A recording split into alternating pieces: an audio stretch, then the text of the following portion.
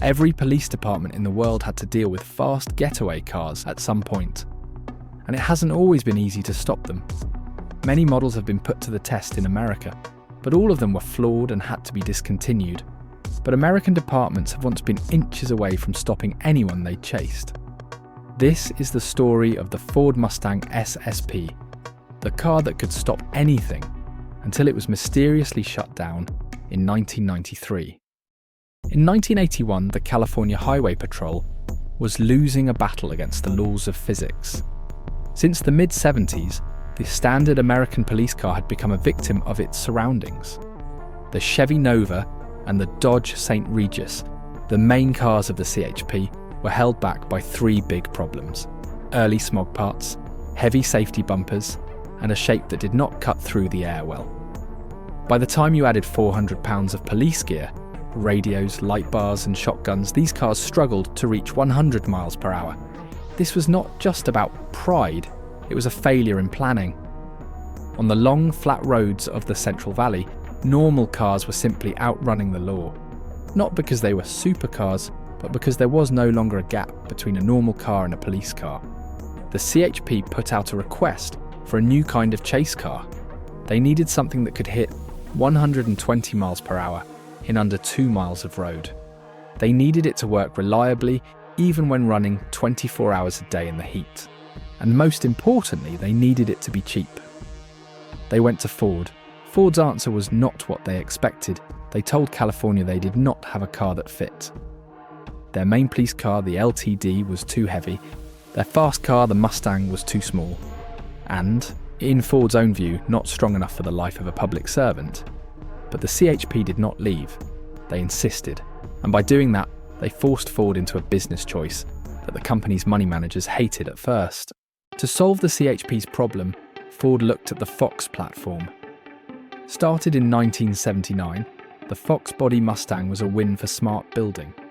It was designed to be a world car, light, easy to change, and cheap to make. However, light and easy to change are usually the opposite of police grade. In the early 80s, police work meant severe duty. This meant jumping over curbs, sitting for 6 hours in 100-degree heat, and surviving high-speed pursuit intervention technique moves. The Mustang was built in one piece. It did not have a full metal frame like the old cars. On paper, it looked like it would break. Ford's business plan at the time focused on selling many cars with very little profit on each one. The CHP only wanted about 400 cars for their first test. For a company like Ford, setting up a special line for 400 cars is a loss. The tools, the special part numbers, and the stress of a low-volume special service package did not make sense on the balance sheet. Yet, Ford agreed. Most people, even many Ford workers, thought this was just a public relations move. If the toughest police force in the country used Mustangs, maybe kids would buy more Mustang GTs.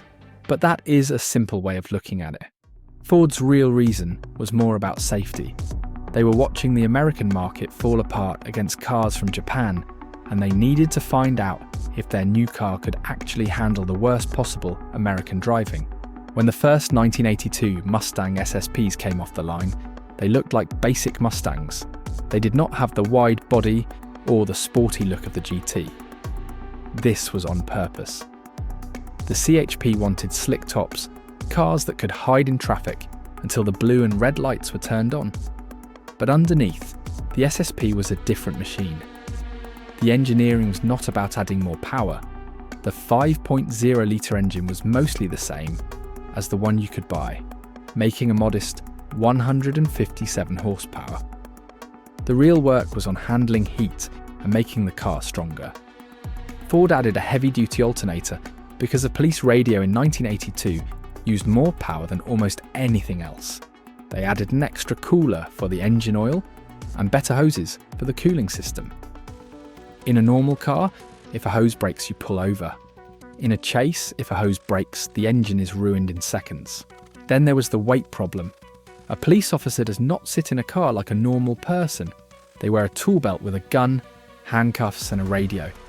This constant, uneven weight was snapping the frames of the normal Mustang seats. Ford had to strengthen the floors with steel plates and put in heavy-duty seats just to keep the officers from falling through the floor over 3 years of work. These changes turned the Mustang into two things at once. It was a light sports car built with the toughness of a truck. It was fast, but it was being asked to act like a tank. If you don't want to miss out on anything cars, make sure to subscribe. As the SSPs hit the road in 1982, a strange problem appeared. The cars were very fast for the time, going from 0 to 60 in about 7 seconds. But they were also a struggle for the CHP's repair budget. The Mustang's parts were not first designed for the rough driving of a trained officer.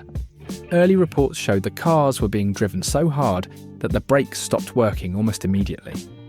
Ford had to rush to put on bigger, better brakes from their heavier cars. This created a loop.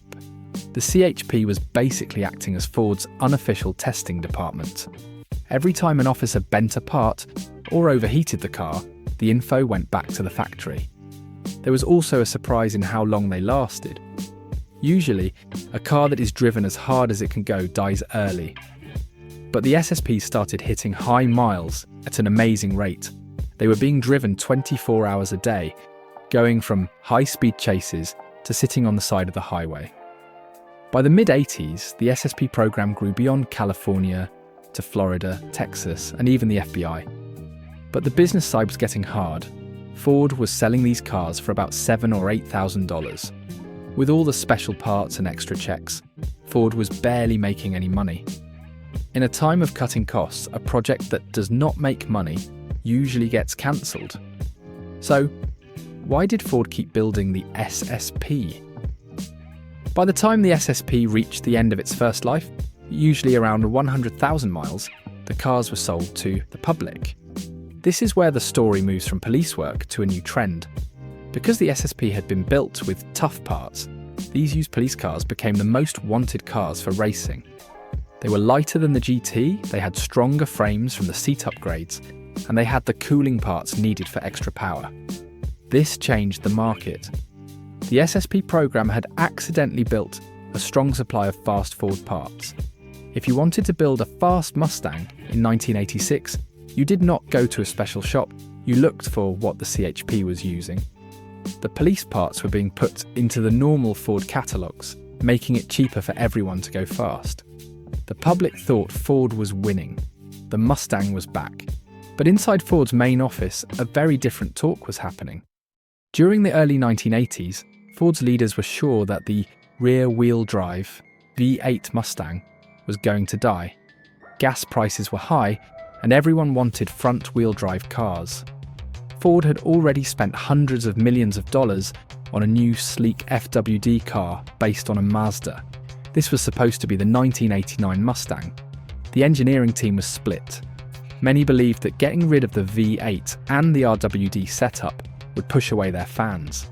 But they did not have the proof that the Mustang could stay useful or strong enough for another 10 years. This is where the SSP's true goal is shown. The 1.8 million miles that the CHP and other groups put on these cars between 1982 and 1987 gave Ford the proof that no lab could provide. The SSP proved that the Mustang was not just a cheap car.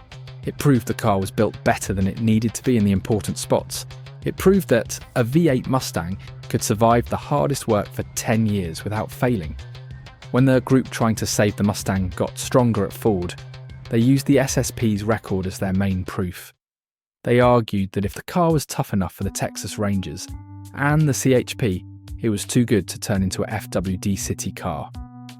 The FWD car was eventually given a different name, the Ford Probe. The Mustang stayed RWD, kept its V8, and was built the same way until 2004. The 1982 Mustang SSP was never only about catching fast drivers. It was also a high-stakes test to see how tough the car was, hidden inside a police contract. Ford did not build the SSP to help the law, they built it to see if their most important car deserved to live. California just happened to be the ones holding the timer. The fact that it was the fastest thing on the road was just a result of a company trying to prove to itself that it still knew how to build a real car. If the CHP had not asked for a car Ford did not want to build, the Mustang would have died in 1988, replaced by a car that looked new but did not have the strength to last. Don't forget to subscribe to not miss anything cars and business.